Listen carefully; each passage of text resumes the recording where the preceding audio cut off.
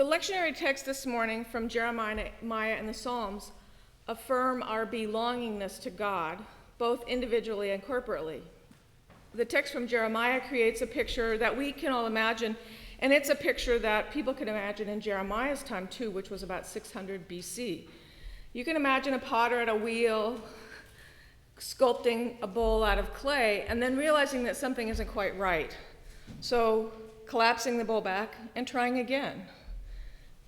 The message Jeremiah is giving to the people of Israel is that God is in control, or the potter. The Israelites had gradually come to think that because they were God's chosen people, they could do what they want and God would always rescue them. But Jeremiah is saying that their bad behavior toward God had brought God to the point of starting over. The intention is that nations will be remade to reflect the will of their Creator, if the nations are not on their own doing what the Creator had in mind.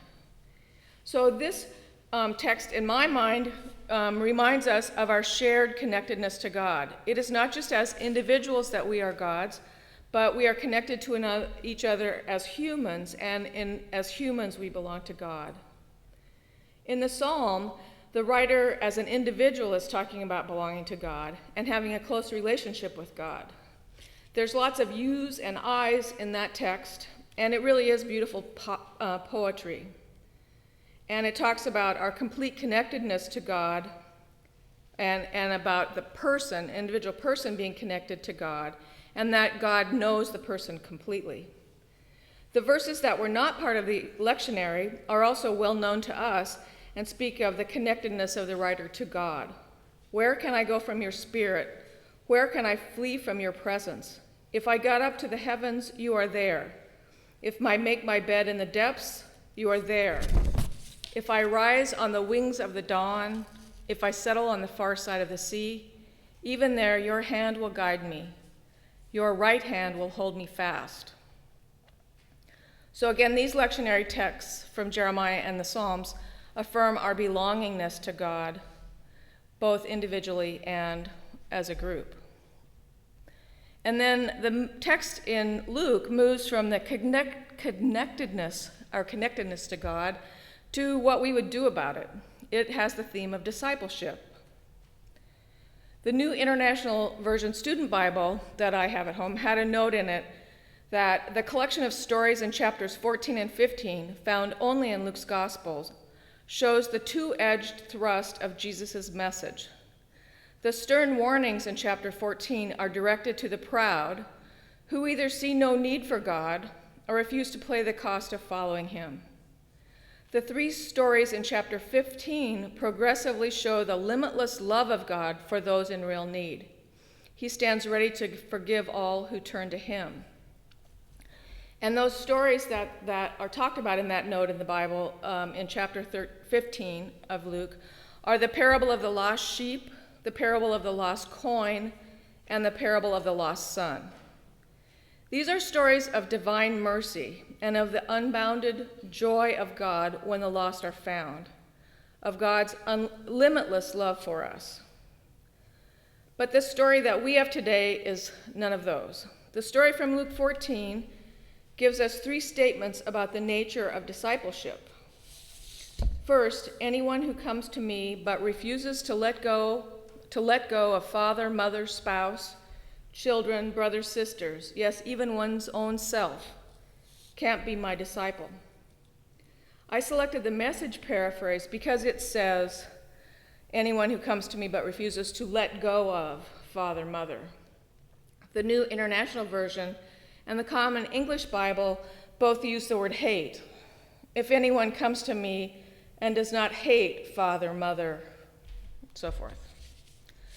The second statement in this Luke passage about the nature of discipleship is in verse 27, anyone who won't shoulder his own cross and follow behind me can't be my disciple. And the 33rd verse says, simply put, if you're not willing to take what is dearest to you, whether plans or people, and kiss it goodbye, you can't be my disciple. A commentary I read on the Luke text suggests that Jesus is not telling the crowds or us to hate their parents and abandon their children. He is sharply confronting them with the priority of their committedness and implicitly pointing them to the new surrogate family they join as they become disciples. The three statements from Luke about the nature of discipleship make it look hard. There is so much to give up. Is this something we can really do? In preparing for today, I found a discussion of the question, is Christianity hard or easy? From the book Mere Christianity by C.S. Lewis. Lewis lived from 1900 to 1963 and perhaps is best known for writing the children's books, The Chronicle of Narnia, a series of 7 fantasy novels for children. So I brought with me some excerpts from Mere Christianity.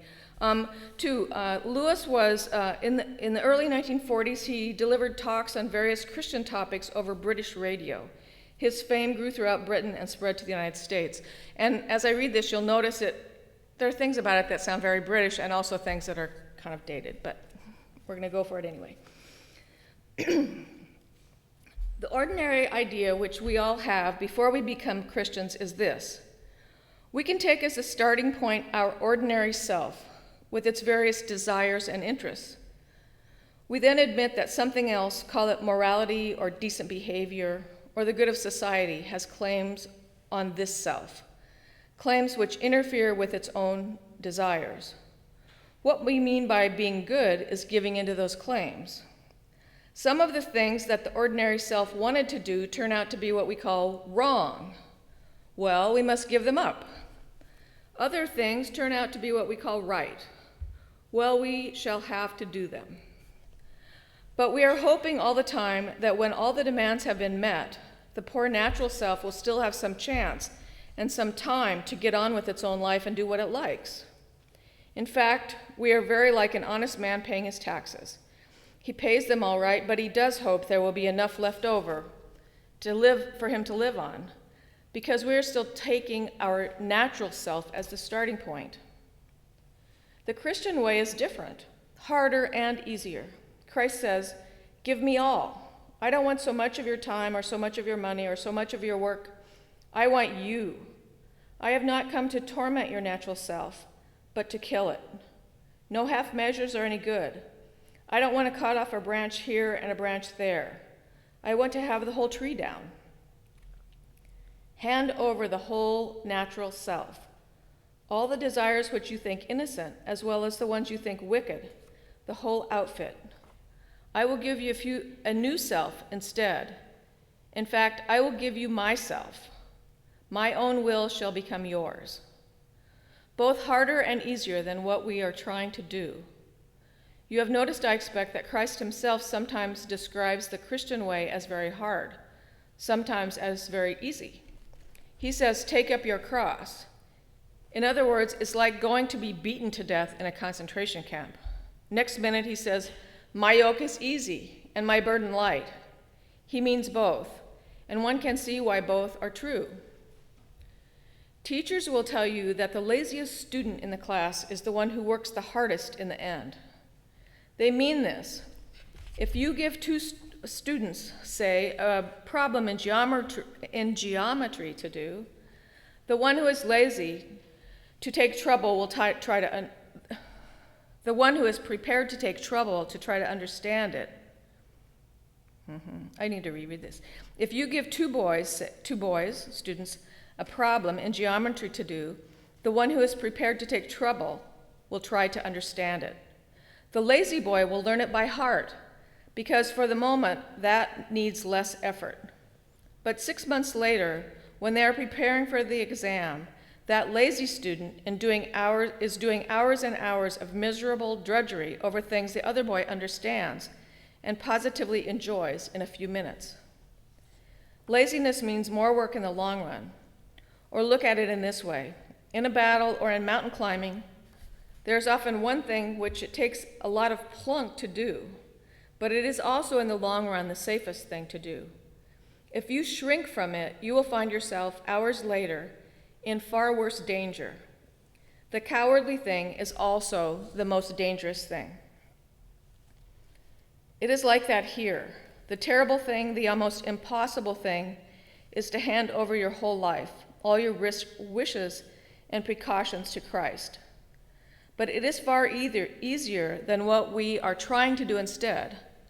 For what we are trying to do is to remain what we call ourselves, to keep personal happiness as our great aim in life, and yet at the same time to be good. We are all trying to let our mind and heart go their own way, centered on money or pleasure or ambition, and hoping, in spite of this, to behave honestly and chastely and humbly. And that is exactly what Christ warned us you could not do. As he said, a thistle cannot produce figs. If I am a field that contains nothing but grass seed, I cannot produce wheat. Cutting the grass may keep it short, but I shall still produce grass and no wheat. If I want to produce wheat, the change must go deeper than the surface. It must be plowed up and resown. That is why the real problem of the Christian life comes when people do not usually look for it. It comes the very moment you wake up each morning. All your wishes and hopes for the day rush at you like wild animals.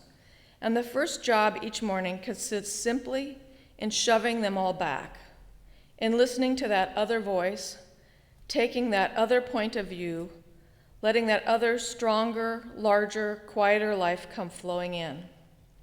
And so on all day, standing back from all your natural fussings and frettings, coming in out of the wind.